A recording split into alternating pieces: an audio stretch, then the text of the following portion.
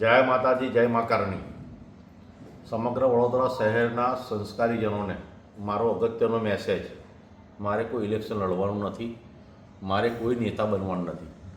મારો ઈરાદો માત્ર ને માત્ર વડોદરા શહેરની ગરિમા સાચવવાનો છે.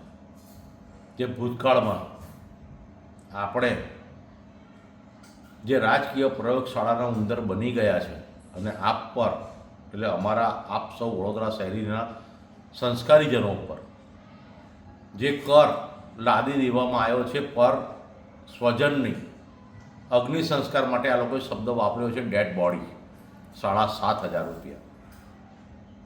જે માટે મારી સાથેના સૌ સામાજિક કાર્યકરો, હું એવું કહું છું સૌ બધા સામાજિક કાર્યકરો પછી હું આ લડાઈમાં જોડાયો હતો.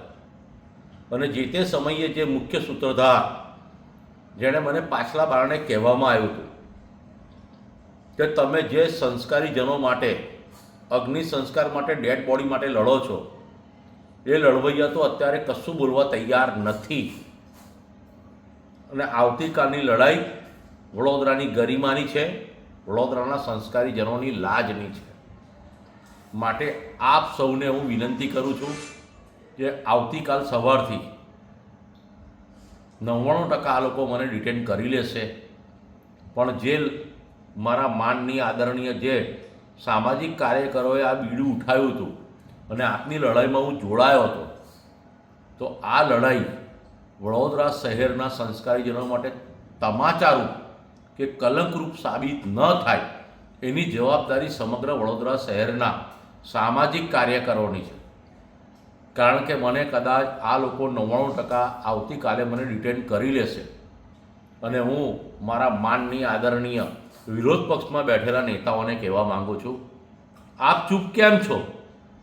આપણે તો ફક્ત વિરોધ લેટર આપીને કર્યો છે, અન્ય નથી કર્યો.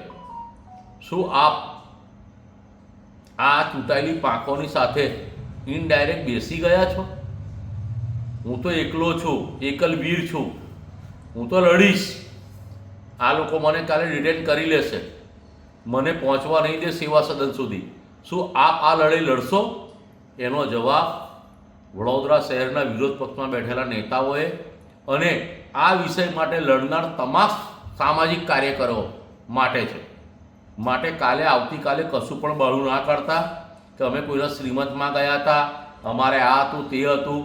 અને મને ભૂતકાળમાં મેસેજ આવ્યા હતા કે તમે જે વિષય માટે લડો છો લડનારાઓ તો ઓલરેડી કવર લઈને બેસી ગયા છે, એવું પાછલા બારણે આ લોકો મેસેજ વાયરલ કરતા હતા.